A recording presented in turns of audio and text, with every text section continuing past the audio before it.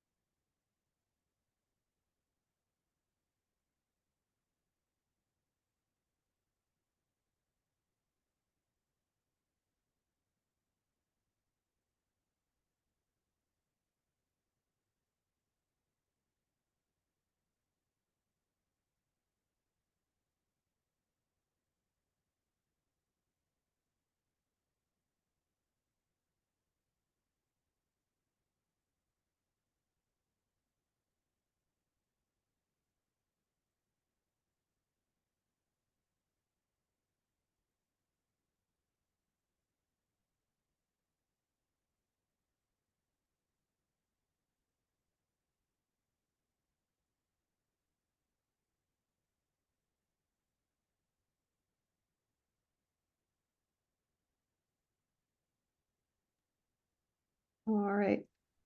We will get started. Thank you, everyone, for joining the Core Network's latest webinar. My name is Hannah Travers. I'm the Core Network's Director of Communications. Our communications team is proud to help plan the Core Network's virtual events and in-person events. A quick reminder that, as always, you can find information about our webinars and other events under the Events tab on corenetwork.org. We also share about our upcoming webinars on social media and in our newsletter for core staff, the crew leader. Few quick reminders as we get started.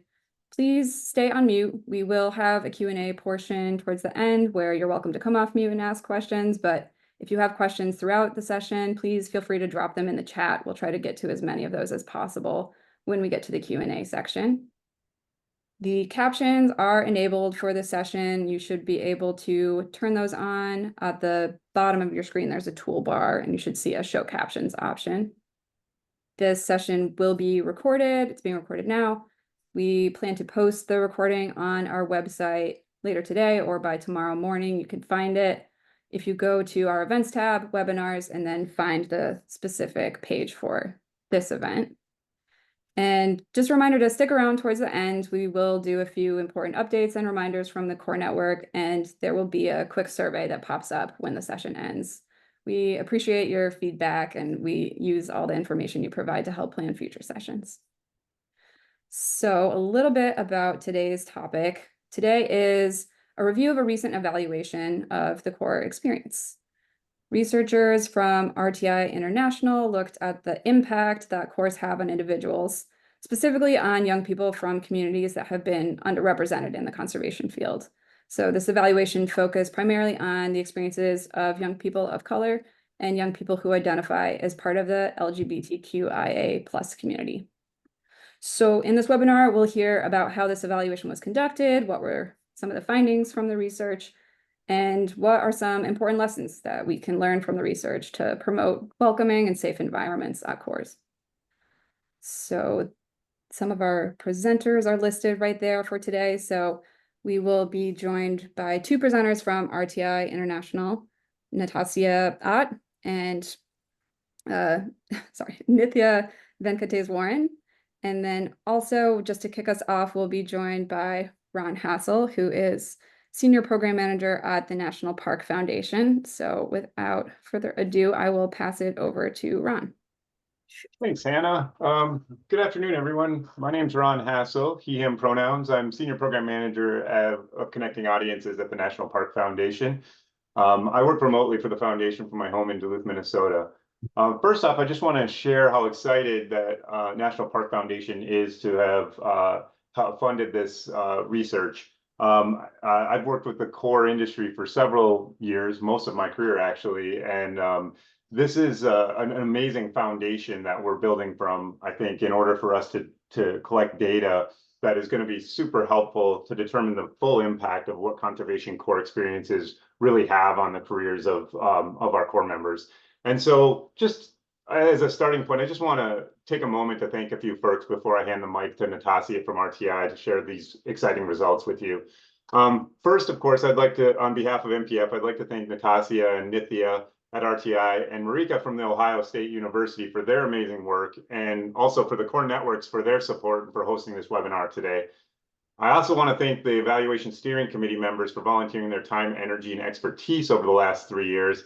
Michael Swanberg from Conservation Legacy, Kate Hagner and Connor Rapp from SCA, Stacy Williams and Brad from Montana Conservation Corps, Hannah Soroki from the Core Network, and of course, my colleagues, Rebecca Weinberg from National Park Foundation. I apologize if I missed anyone who participated over the last 3 years. I know there's been a lot of folks involved in this. I also want to thank all the corps that participated in this study, their staff, and of course the hundreds of corps members and corps alumni from these programs that responded to this survey. Conservation Legacies programs, Appalachian Conservation Corps, Southwest Conservation Corps, and Southeast Conservation Corps, Conservation Corps Minnesota and Iowa, Mile High Youth Corps, Montana Conservation Corps, Northwest Youth Corps, Idaho Conservation Corps, Rocky Mountain Youth Corps Taos, San Jose Conservation Corps, the Student Conservation Association, and Youth Work, Child and Family Services in Northwest Michigan. And finally, I just want to thank our generous donors for their support of this project and for helping us fund this important research. NPF is super excited about these initial findings and are currently working to look to fundraise to continue this longitudinal study. Right now, we're exploring a few options in the very early stages of continuing this current study from 3 to 5 years, to broadening this study to include more diverse service corps programs and crew types. And we are even exploring the potential inclusion of individual placements. So I'm really excited for RTI to share this information with you all today, and definitely look forward to working with you all in the future to continue this work. So without further ado, I'm going to pass the mic to Natasha from RTI to jump into the presentation. Thanks all. Thanks, Ron. So hi, everyone. As Ron said, my name is Natasha. I use she, her pronouns with RTI International. And today I'm joining you from the area known as North Carolina. I also want to acknowledge that we're on the traditional and ancestral homelands of the Ino, Tutilo, Saponi, Occaneechi, and Shakori peoples here. And so you'll hear a little bit more about RTI International as we go into our work. But I also just want to first share about the lens that I'm coming from as a researcher with this work. I'm personally a multiracial woman, and I grew up in a low-income urban community within the United States. So I'm just bringing that lens with me today with this research. And I'll be presenting along with another member of our team, Nithya. So Nithya, I'm wondering if you could come off mute and introduce yourself. Great. Hi, everyone. Nice to meet you all. I'm Nithya Venkateswaran and excited to be here again. I've been at RTI for a little bit less than 10 years, and I'm working and living in the East Bay of California, which is where the alumni reside. And wanted to just share a little bit about myself. I use she, her pronouns, and I'm a South Asian woman here based in, grew up in the East Bay area.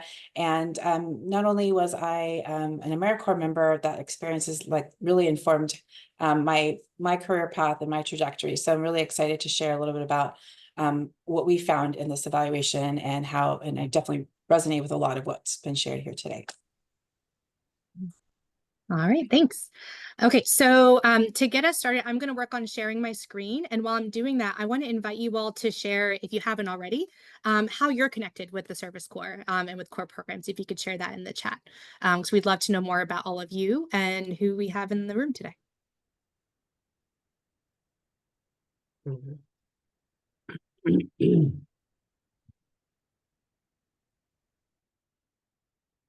All right, we're excited to have such a big crowd. This is great.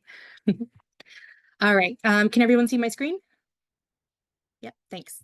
All right, so today, as Hannah introed a bit, we're going to be sharing our results and key takeaways from a study that we're wrapping up on Service Corps programs across the country. So the title of our presentation is The Impact of the Corps on the Individual, on the members. And this is findings from our national evaluation. So as you were coming in, you might have seen a few stories from some of the Corps members that we followed over time as part of the study.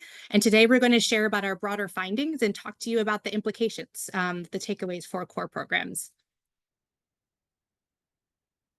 But we're going to start with an overview of the study, who we talked to, why we did this study, some motivation for it, and then go into 3 different areas of findings. So what are the members doing, the alumni of the programs, what are they doing 1 year later, some early impacts that we heard of the experience on members, and then talk about inclusivity and belonging among members in the core.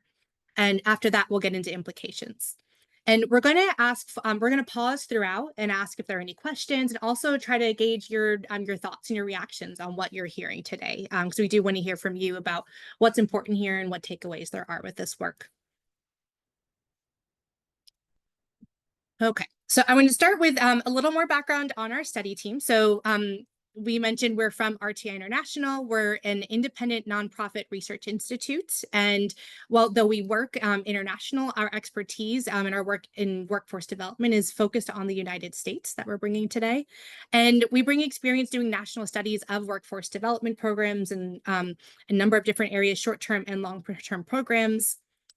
And we're also bringing a lens of understanding around conservation from an intersectional lens. So the concept of intersectional environmentalism really did inform our work. So we wanted to explore how the ways in which injustices targeting different communities and the earth are intertwined, and how this leads to different experiences in the world. So we also focus on conducting evaluations with diversity, equity, and inclusion DEI principles intertwined in the work. So we want to center the perspectives of historically excluded communities from this work. That was a key focus for us. And also, as much as possible, we wanted to engage sites and core members who were involved in the decision-making process across different pieces of the evaluation, which I'll talk about in our data collection. Additionally, we wanted to make sure we were taking a strength-based lens and ensure we're not engaging in narratives or stereotypes that would stigmatize members and really recognize the strengths and assets that everyone brings to the field.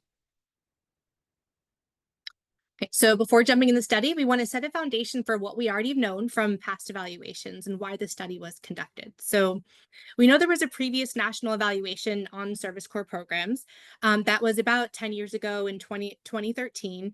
But the Corps has changed a lot since then. Conservation and the workforce have changed a lot since then. So we're coming in to update this research and look at some of the same ideas, as well as expanding on it. So that information helped laid the groundwork for understanding through surveys what are the impacts of the Corps on members.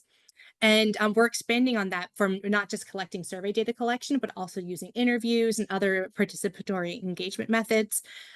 We also are looking at outcomes a little bit longer. So that previous work was focused on outcomes within 90 days, and we're looking up to a year beyond service participation. So this brings us to our current study. The purpose of our evaluation was really to understand what are those outcomes for members after they go through the program. So we want to update what we know about member outcomes.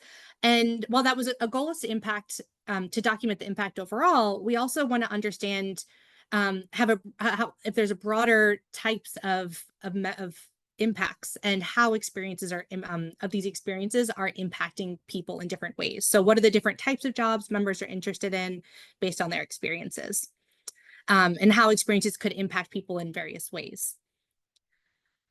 So we also want to focus on understanding the experiences of Corps members who've been historically excluded or underrepresented in Corps communities or in the Corps community. So we want to inform program improvement and really orient towards inclusion and justice. So here we wanted to look especially at BIPOC or Black, Indigenous, and people of color, as well as understanding the experiences of other groups such as women identified and LGBTQ identified people.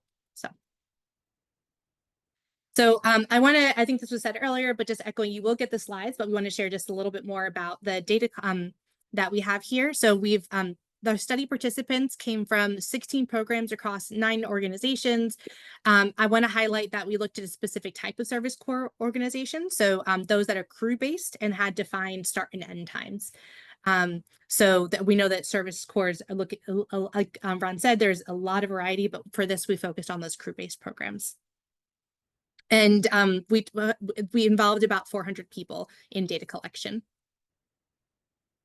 So the study participants, most of them, about 84%, said this was their first experience. So I think it's important to consider that context as we think about the impacts we're seeing. These are people who had this one core experience and really felt like it made a difference for them after a short experience. Two other things I want to quickly highlight are that we oversampled programs with more racially and ethnically diverse crew members, that we still ended up with a majority white identifying people in the sample. Also, half the sample were women identifying in the sample that we collected. So how did we go about collecting information on study participants? Well, we started in 2022 with a pre-survey. So about 408 core members completed surveys before their service. Then during the experience, we engaged a group of BIPOC identifying core members in data collection through photography and a photo voice project. After completing the core, members completed an exit survey, and some also participated in group interviews. And through that work, we heard from some that there were program aspects around DEI practices that particularly were impactful. So then we contacted staff at 3 different organizations to find out more about what those practices were.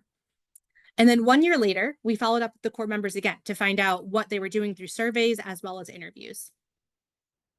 I also want to highlight that while the data comes from multiple years of data collection, we also along the way gathered feedback on the outcomes and the focus of the evaluation from core members and from staff in the core organizations that participated as part of an evaluation learning committee.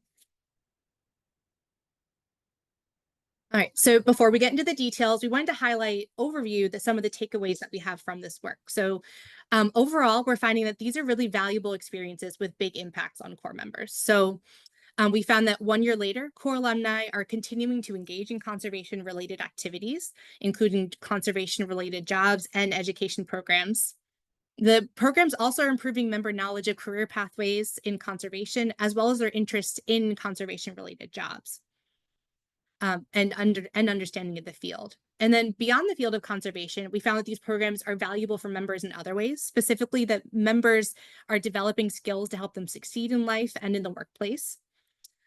And we found that the Service Corps program trainings and programming that's specifically focused on DEI helps members from historically excluded identities feel welcomed and supported during the core program.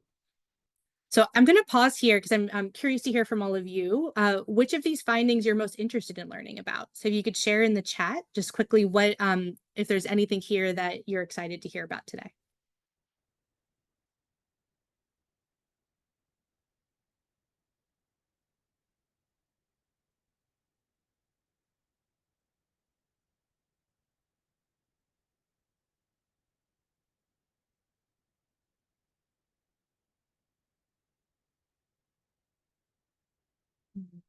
See, career pathways, the role of conservation in post-core lives, DEI.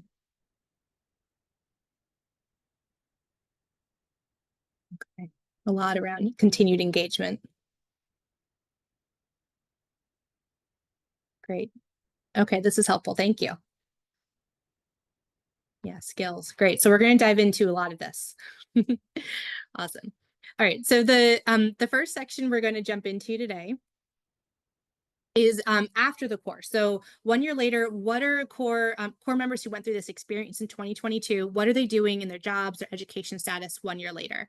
Again, I'm going to share the slide. I'm going to share these slides out, but I think we're also going, we talked about putting them in the chat, Nithya. I'm wondering if you have them on hand to share with people so they have them, they want to reference them as we go through, because there's a lot of good information here.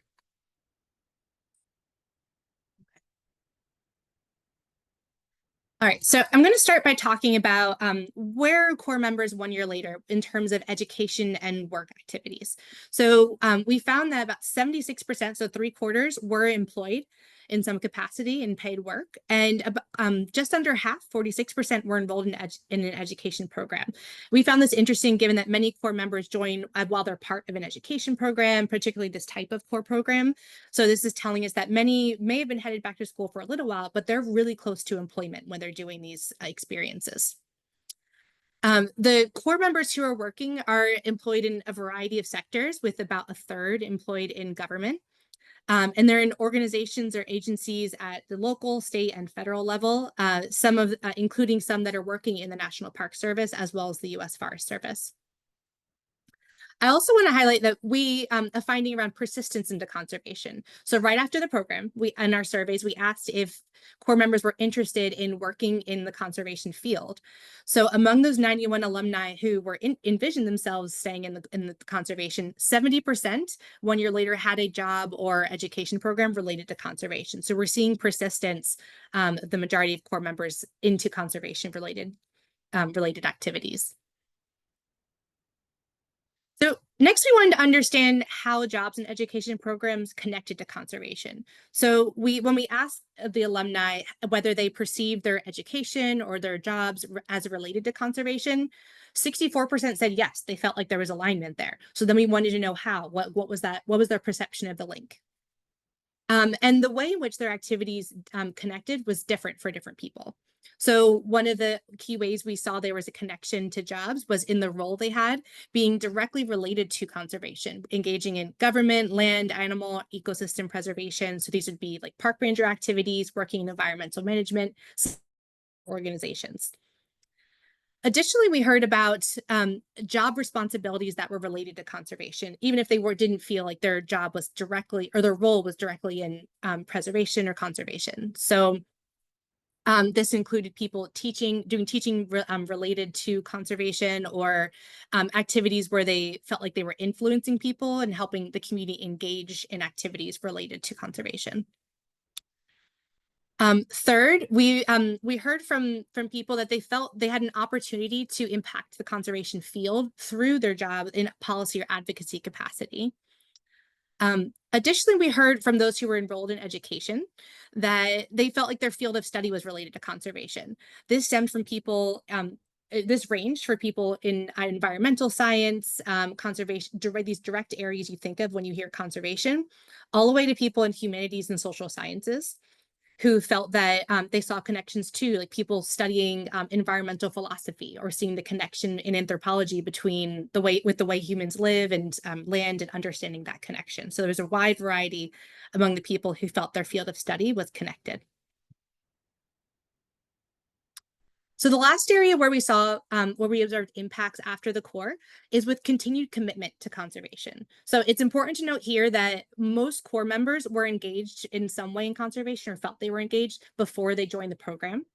But what we also heard was that the program helped them to continue that engagement and become, or have more interest in being committed. So we heard that about, the Corps members told us that 9 out of 10 of them felt comfortable in the conservation community at large. They feel like they're a part of this community. 4 out of 5 felt they were stewards of the land after the program, and 93% felt their well-being was tied to the environment. So they're feeling that commitment and that connection personally. And I have one example here, alumni spotlight, from one of the Corps members we followed, named Nessa, who came back to lead a crew after having been a member. And Nessa felt that experience really deepened her connection to the community and her desire to give back. And she's since been acting on that with new community service opportunities and engaging within her community. So like Nessa, we found that many Corps members were not only committed, but they took actions related to conservation.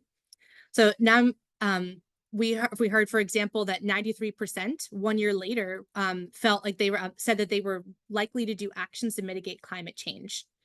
There was, again, a range in the way people continue to act, and in activities related to conservation, from educating themselves and their peers, their family, to participating directly in conservation efforts.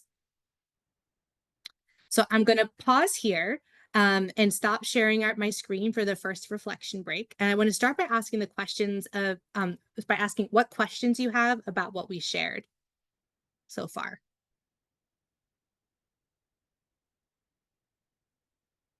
And feel free to come off mute if that's easier than chat.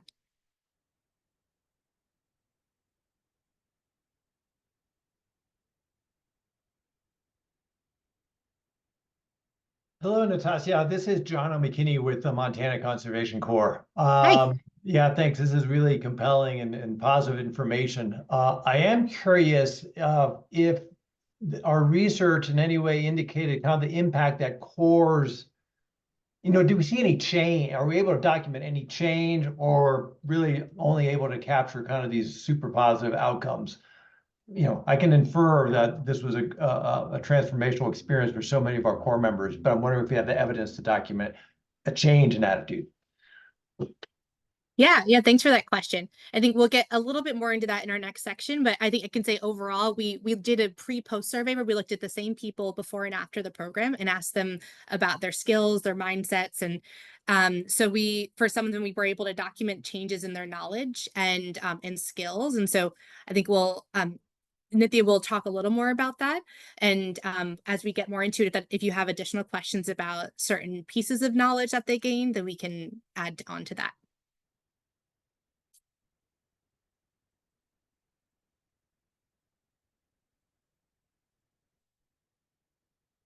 Okay. I think, Nithya, do you want to jump into the next section and Sure. we can get into that? I think there's a question about the role that participation in the program increased employment opportunities. And we do have some findings to share about just how people perceive that, that experience, that connection. Mhm. And then I think another question, what qualifies as an education or employment placement related to conservation?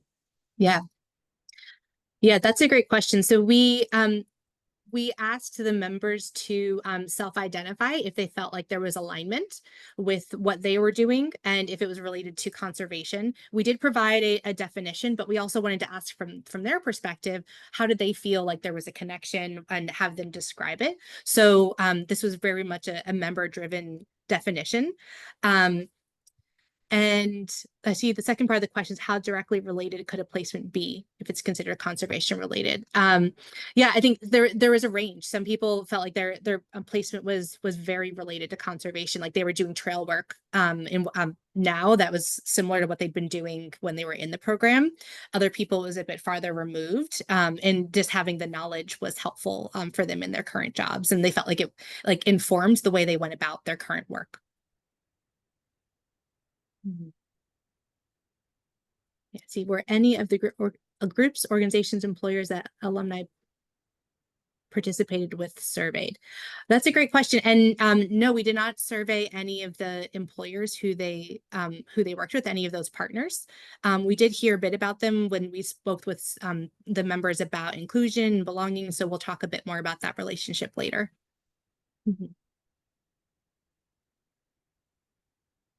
Yeah, and there's that last question about the sample. Do you want to address that, Natasha, or would you like to? Sure. So our yeah, I think when we develop the sample, we don't have many urban focused cores within the sample. What we do, this is a consideration to understand what is the context and what are the types of cores and the diversity of the members that are participating. So when we did our initial recruitment, we wanted to get a diverse group of core members and tried to target those that were serving more diverse populations. So I think something that would be great to look at moving forward is to get a broader sample of those urban-based core members that have a larger number of BIPOC or other groups that we'd want to get in the sample, because that wasn't a group that we were able to capture greatly here. Yeah, I would just add, we were, in our conversations, we know that some of the programs have a rolling enrollment. And so so we know that was, definitely something to think about as for future research, is capturing urban cores that have more a different programming than having these crew-based that are, a distinct amount of time.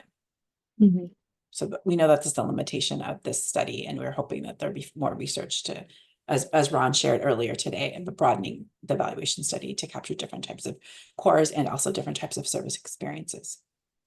Yeah.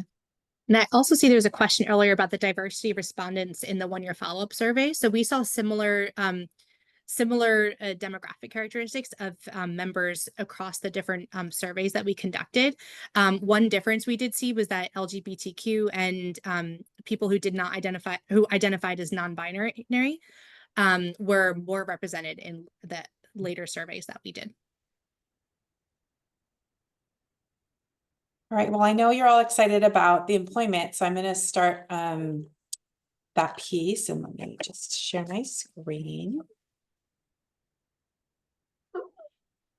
Okay, well, so we've heard about where they were 1 year out. And so now we're going to hear about the benefits of the program, how they grew personally, professionally, in ways that they see as beneficial to their continued education and career path.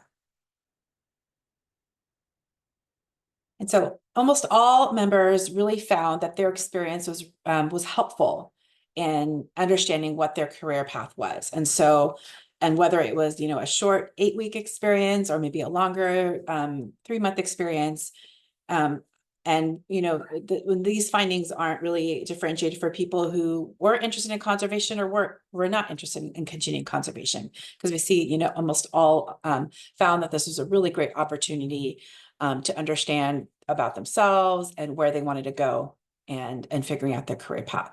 And so there's just a quote here that really shares, how this was really helpful. And we saw in the earlier snapshots that Natasha shared, for those two, for those alumni, what that really looked like.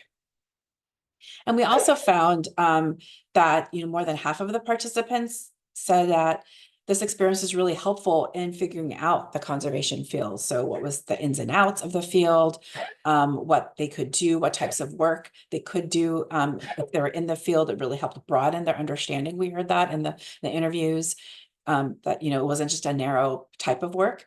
And that it also really helped them understand the types of opportunities that were related into a career. So, what were the different ways that they could engage in conservation? And we wanted to highlight that this was a statistically meaningful difference in greater understanding of those folks who did identify as Black or Indigenous as a person of color. So it means that their interest, that their gains in understanding were greater for really understanding the ins and outs. And so we didn't really unpack this. We weren't able to unpack this, that trend a little bit more, but we wanted to highlight that this was a meaningful difference that we found in our evaluation.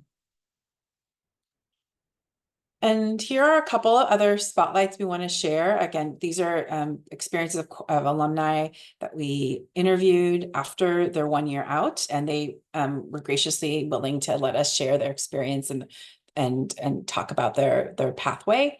So I'll just give you a couple of seconds to read these, but I want to highlight how their experience in the Corps really improved their clarity of where they wanted to be in their field.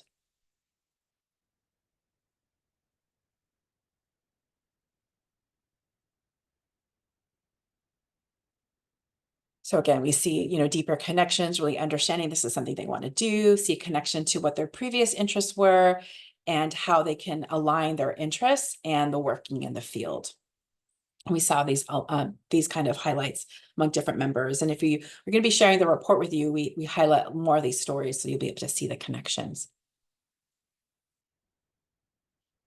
Okay, so regardless of whether alumni went into conservation, we wanted to know if they got any other critical skills that they would use in any job in any field. And about 3/4 really reported that they did find that the experiences gave them helpful resources that they could use for stable employment. So that is really great to know that Corps members felt this way. And our evaluation also explored a lot of the skills like collaboration and communication skills that we know that the Corps programs are really intentional about building that will, help them in future career and just in life. And so this was also a really important takeaway for most of our survey participants. They found that these skills were, these communication skills, working across difference, managing conflict were really useful in the workplace and their future experiences.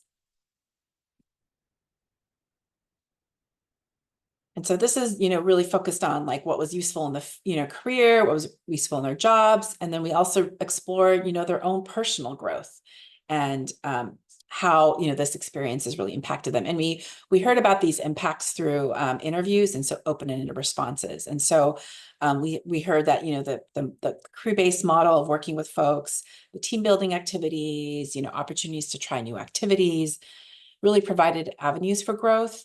Particularly gaining confidence in themselves and really becoming more aware. And I do want to highlight another methodology piece is we did use the pre and post survey to see if there were really changes in these areas of personal growth. And, we didn't see actually any statistically meaningful differences in changes in these areas.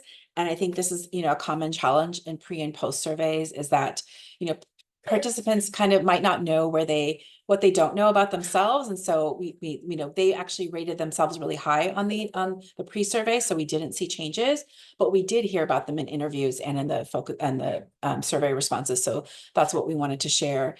And particularly we heard in interviews about self-confidence from women identifying members and how they really gained the confidence to do the type of tasks in the core experience. And so we also heard specifically how this experience, they hope really changed especially in their photo voice project, how this would help change the narrative of who belongs in conservation and what women identifying members can do. And so we just wanted to highlight this experience in the spotlight of Haley. And it kind of exemplifies this theme that we heard in our interviews. All right, I want to stop again and share with you, that question again that I think Thasia shared is, I wanted to just see, what questions you have and also ask you, what might have resonated with you about these findings. And is it something that you've seen or heard in your own core program or core experience?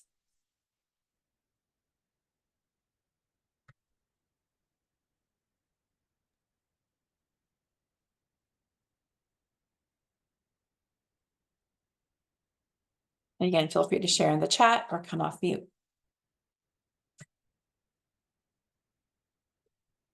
Hey, not to leave you guys hanging, this is Jono again.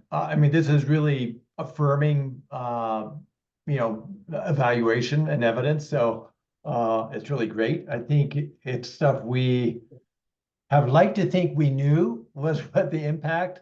It's great to have kind of the evidence of a thoughtfully prepared evaluation with a model of the different, qualitative and quantitative tools that you develop to kind of be able to present our experience as evidence. So that's super helpful. I am curious as to whether this PowerPoint that you're sharing is actually super helpful as kind of an executive summary.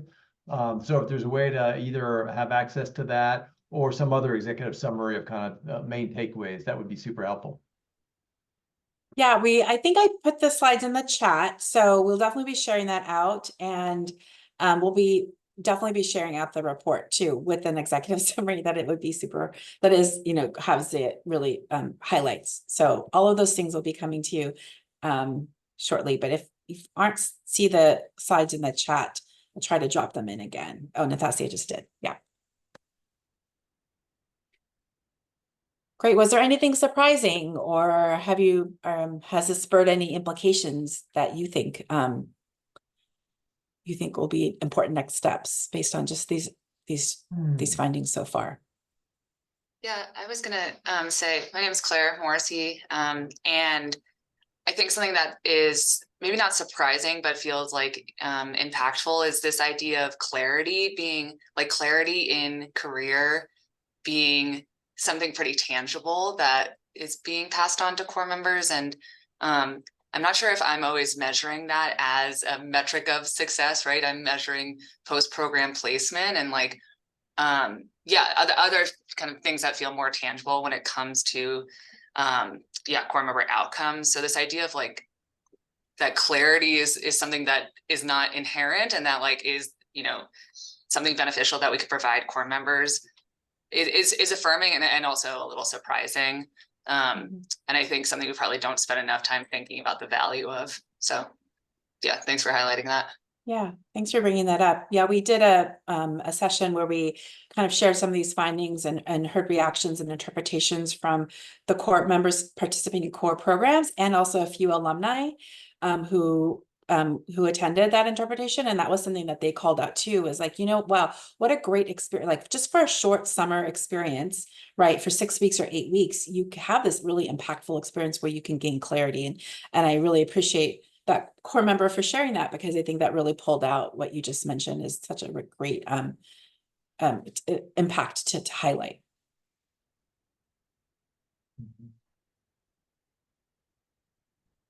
I see a question I found.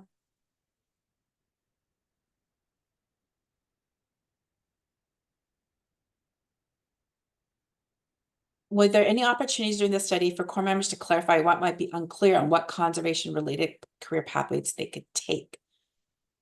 That's a good question. I think trying to remember from the focus groups. Natasha, do you have any insights into that? Just gonna look at about the 52% that clear understanding of opportunities. Yeah, well, I think a lot of the learning that we heard about happened informally. So it was from people working with their program partners, their project partners, and learning from their crew leaders, from the staff at the core organizations, rather than having specific, like, this is a time when we are telling you all about the different opportunities. So we did not ask a lot, like, systematically across everyone, like, what are those experiences that really helped you to learn about this? What are those areas that you still feel you're unclear about around career pathways? But we know that some of those experiences were impactful for supporting their learning. Yeah, thanks for pulling that out. Yeah, we found that there was for some who didn't have a lot of different types of abilities to engage in different types of projects, or have a lot of different interactions with different project partners. That was something that at least from anecdotally from some of the interviews, that was kind of limited their understanding. So I think it had to do with the variety of things that they were able to work on, and also the variety of interactions with different people. And that's I think Natasha pointing out the crew leads like to hear what they were experiencing, how they got I think I remember one interview where they're like, oh, you don't need to have a degree necessarily in this specific field to do this work. You can get the hands-on experiences. So just the realization, and I think that was something that they only heard from different like Natasha said, from like their experiences on the crew. That's helpful. And I also see another question here around technical skills and gains in technical skills. So this is an area where, because we were looking at core programs that offered so many different types of technical skill growth, we started with talking with the cores about, well, what are those specific trail skills or chainsaw skills, things like that people might be gaining. And we ended up moving away from specific technical skills and asking people about, well, did you earn a technical certification? And what can you tell us in your own words how you're using those technical skills in the workplace? And we did find that about 3/4 of people who were employed said that if they earned a technical certification, they felt like it was useful in the workplace. So the people who were earning those did feel that it was useful. So an example, one alumni that's we spotlight in our report said that their skills around fire mitigation would be useful in the certifications they got in that area. So I think there definitely is some movement of using those specialized skills in the workplace for the people who earn certifications. Great. All right, we're going to keep moving because we have one last area, and then we definitely want to hear more reactions or thoughts. So I'm going to share my screen again. And now we're going to move to looking at inclusivity and belonging in the core. And so we just wanted to level set a little bit about kind of why we wanted to look at this area. Because we're really interested in experiences of how this, experience could help broaden the field of conservation, and really thinking about, the role of the core experience. And so we know that there's a lot of work happening in broadening the field. And one is really, one part of it is really focusing on increasing recruitment and increasing the interest and recruitment of people from historically excluded communities. And that's really important. And it's also really important to recognize the culture and climate of organizations, right? Because there is research on how sense of belonging is associated with retention, and really, associated with, continuing to be in the field. And so, increasing recruitment as an interest is really important. And this is also really important. And we also know that, if we only focus on program recruitment and not really thinking about the inclusion, the climate and culture of the organizations, in the field, then those efforts to recruit might not be as effective. So we really wanted to really focus on understanding what organizations could do to really help broaden the field in terms of really focusing on that climate and culture piece. And so we focused, again, we focused initially on people of color, members of color, and we expanded to all communities that would be considered historically excluded. So sorry, I just X'd out of my screen. All right. And so we examined this in a lot of different ways. We examined sense of belonging and the factors that influence belonging, which would be experience of discrimination and the commitment of the organization towards diversity, equity, inclusion, and then how that belonging, sense of belonging in the field, in the program might be related to continued participation in the program, or the similar programs, and also their sense of belonging in the broader field of conservation, because we know that those are really connected too. And so what do we find? I'm going to go through this a little one by one, because it's a lot of interconnected ideas that kind of provides this larger experience for members. And so we first focused on belonging. And so we found, we asked members about their sense of belonging, and we found same rates of belonging across all social identities. And so there weren't any differences. That means that members of different racial, ethnic identities had the same patterns of belonging, ranging from mild to strong sense of belonging. And then we looked at, the relationship between experiences and discrimination, and that core members who felt like they belonged were less likely to report experiences with discrimination. And we measured discrimination by actions that those were defined as like feeling threatened or harassed or being treated with less respect or feeling less supported than their peers. And so we did look at that sense. And so we did see some members who reported experiences with discrimination. And when we asked them what aspect of their identity they think was associated with that, with those experiences, they gender identity, age, and physical ability were the most cited reasons for the basis of that discrimination that they had perceived. And then people did report ancestry, just education, income, race, or ethnicity, religion and skin color, and sexual orientation, and less than 20 members reported that. And then we looked at the blue at the organizational commitment, and because we know that that is that's another aspect that influences sense of belonging.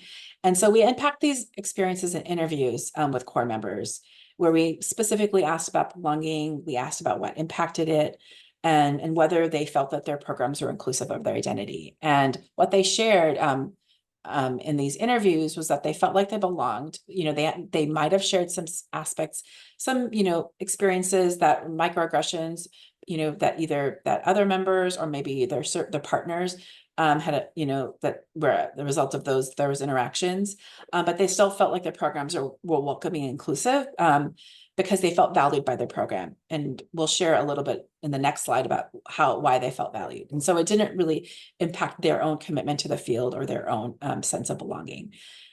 And then, but we did capture, whether folks felt like there were instances where they wanted to not continue participation. And so we did note that 21 members considered leaving the program because they felt isolated or unwelcome. And we didn't ask them specifically why, but when we disaggregated the data, we noticed that of the 21 people, about 15 of those folks identified as LGBTQIA plus, 2S plus. So we wanted to highlight that, there's something there more to unpack about what were the reasons why that folks wanted to not participate. And then in terms of the green and the conservation field, we know that there's a connection between sense of belonging in a program and sense of belonging in the field at large. And so we did see that members who reported more connection to conservation community had higher rates of belonging in their program, and vice versa. And so then we explored, what programs did to create that culture and commitment, and a few things stood out. So, we did see that, overwhelmingly, most participants agreed at some level that their program had a commitment to diversity and inclusion. So here at the bottom, you'll see about 3 aspects of core programs that they did to really create those inclusive spaces. One was really creating these informal or formal spaces that were organized around a single identity. And this was an important aspect that really helped core members who came from a historically excluded community signal to them that they felt that they were valued, even if they may have not participated. Even if there was a crew that they didn't participate in, they just knew that they felt that the core programs recognized the need for affinity groups, knowing that, they might be coming into spaces that, didn't look like them. Just having that be a space for them and be an option for them, they felt valued by the core programs. And obviously representation matters, right? So seeing people either looking like them in their crews, especially as their crew leaders, reflected to them that, they should be there and that they were valued. And lastly, I think this is also an important finding, because I think it's something that maybe core programs all can do, is that they emphasize that having that commitment of ongoing and intentional educational opportunities was really important, and it's right singly again to them that they were valued in that community. So it wasn't just something that was done at orientation; it was done at orientation on the first day, and it was they had discussions throughout their or educational opportunities throughout their service experience. That this was an important value. So, and it was even, it was not only talking about it in broader terms, it was also, trainings on how to engage inclusively with their members. So remember, it was either on like, why are we using pronouns, or maybe what microaggressions look like. And what's surprising to me that came up in the group interviews is, because they were group interviews across multiple different cores. And so we had members from different experiences, and they themselves, were recognizing that some had those mandatory, not mandatory, but like required trainings where they all talked about it. They were scheduled and intentional, and some didn't. And how they, the folks who didn't have those, they actually would have liked to have that more commitment, because they felt it really helped them learn how to work across difference. And it really communicated those important values. And so this is something that they felt that was really important aspect of the programming that really demonstrated the DEI commitment of the programs. And so, members also really recognized that that core programs weren't necessarily as diverse as that there could be more done to diversify the programs. And so they also called out that, that maybe there's, recruitment practices that could be enhanced, that, different ways to engage different partners, perhaps HBCUs, one core member recommended, but they also noticed that and hypothesized that the limited pay and also the lack of housing and the need to have a car, those factors might have limited participation to those core members who had socioeconomic privilege or had the financial resources to engage in the core program. We did hear that, core members had to live in their car, and, and this is across, other, all the different social identities, right? There were stipends that were provided, and there were specifically stipends to core members of color. But, this also didn't cover housing. And so this, coupled with the fact that, there were maybe recruitment, this was something that they really highlighted as a challenge to just broadening the field more generally and broadening the core programs to the extent that possible. All right, so we have come to the end. Just want to again give some time for any questions on what we shared about this particular set of findings around inclusion and belonging. Again, any questions? Or was there anything surprising, or did something resonate with you all? I'll chime in. Yeah, what resonated with me was the last bit you discussed with some of the challenges that core members face. As I mentioned in the chat, we at LA Conservation Corps, most of the core members we serve or we recruit come from Compton, South LA. What else? I'm missing some East LA.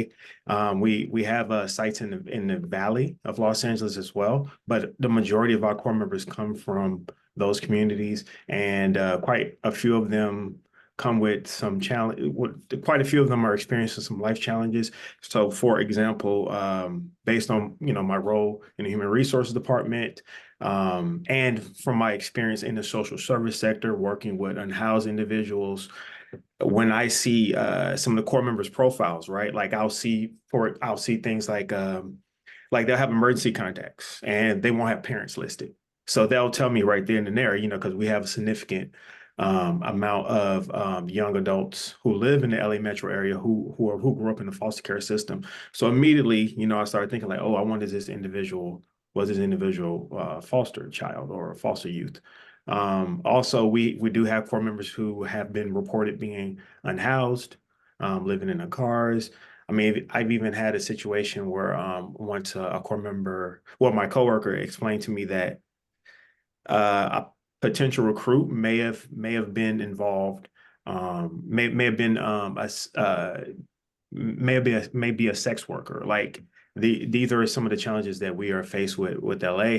But to the pay piece, which is actually important, right? Because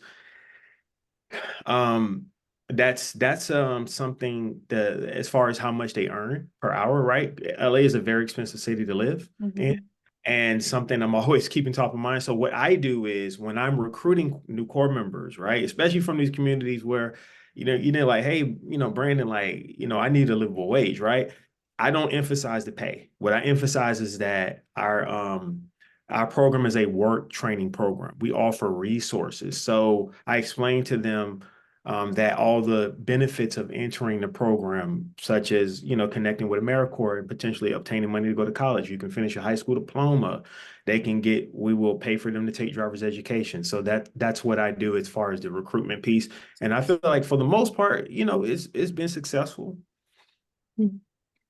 Yeah, thanks for bringing that up. And I think just branching off of that, I think it's important to consider for this study too. These were people who completed their terms, got to end their programs. Those problems and those challenges may be even more exacerbated for people who were unable to complete their terms, and for people coming in different types of core programs. So, and there's a question I saw in the chat too about the 20 people who thought about leaving. These are all people who did decide to continue with the program, and they did find the means in some way, but they still were saying like they needed more financial and financial support, in particular, housing, transportation. Those were issues for them.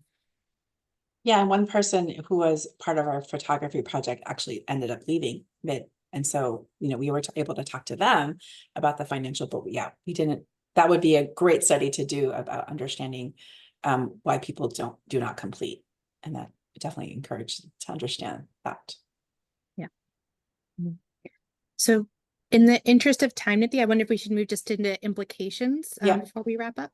Yeah, here is the last slide. So here are some important takeaways for us, and definitely would love to hear your takeaways or have you think through. So right, we think it's the programs provide a valuable experience that really help launch their careers in conservation, introduce them to what the day-to-day work was of conservation, and beyond that, really provided the professional growth for young adults, even those who didn't complete or want to pursue conservation careers. We heard, that institutional, intentional, focused programming, right, was really crucial to help members feel supported. Right, we know, right, all instances, we know, this is the core programs are going to be a microcosm of the United States. And so, right, but how can programs really signal to those folks who are in those communities that they should be there and they are welcome and belonged? And that, the wraparound supports like, housing and, other supports are really, we need to be considered as an equity issue, and who really belongs, or who really can access these programs and participate in ways that diversify the field. So would love to hear any reactions in the chat, what you think are important takeaways, but I'm going to pass it to Natasha just to do the wrap up and what we can expect from RTI as we conclude. Yeah, I'll just say that so you will be receiving an email with the slides as well as our copy of our report so that you can dig into this a little deeper and share this with your organizations. I'm so excited that I saw some messages about people wanting to share this out. And I think I'm going to pass it to Emma to do an official wrap up. Thank you both, and thank you all for joining. Just a reminder that the recording from this session will be uploaded to the Core Network by tomorrow morning. You can find it under our events tab and then under webinars. And then if you have a few minutes, just a few upcoming opportunities. We have a few webinars coming up on September 5th. We will be presenting an urban forestry session for the National Youth Employment Coalition. Registration is in the chat. On September 17th, we'll be presenting a webinar focused on peer mentoring. Registration will be coming soon, and you can check back on our webinar page on our website. On September 25th, we'll be doing our annual membership renewal webinar and providing updates on member benefits. Again, check back soon for that. A few other events. On the afternoon of October 22nd and October 23rd, the Core Network will host a virtual Core Member Development Summit. We'll offer sessions on a range of topics, including mental health, personal finances, climate science, diversity, equity, and inclusion, and more. Registration will be opening by the end of next week. You can see the link in the chat for more details. On November 2nd through 4th, the Core Network will be hosting the annual Core Rendezvous. The location this year is the Calwood Education Center in the foothills of the Rocky Mountains in Jamestown, Colorado. Registration is now open. You can see the link in the chat. And finally, the Core Network will be hosting, or will be accepting workshop proposals for CoreCon 25, which is our 2025 national conference. We really value all of the session proposals that we receive. The event is made possible with your help, and the deadline to submit proposals is November 8th. And then just a reminder to please take the survey when the session ends. We appreciate your feedback and thank you all, and we look forward to seeing you at an upcoming event.